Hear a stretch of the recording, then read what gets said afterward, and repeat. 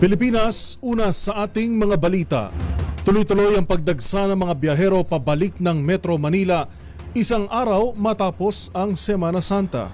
Ang mga pinakahuli sa lagay ng trapiko sa EDSA at sa mga pangunahing expressway sa bansa, alamin sa report ni Rovic Manuel. Nagsimula na at patuloy pa rin ngayong araw ang pagbabalik sa Metro Manila ng mga pasaherong bumiyahe matapos ang Holy Week break.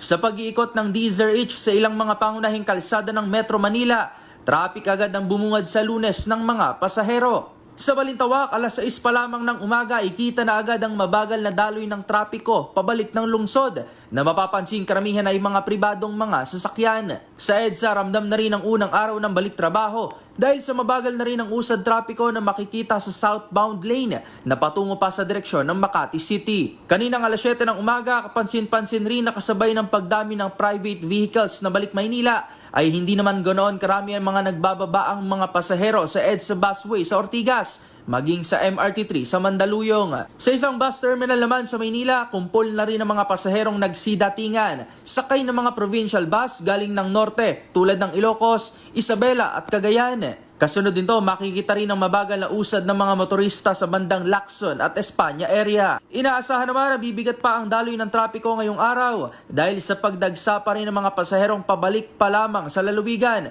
matapos ang Semana Santa. Una rito, nag-deploy na ang MMDA ng kabuuang 2,500 traffic personnel bilang paghahanda sa mabigat na daloy ng trapiko ngayong araw.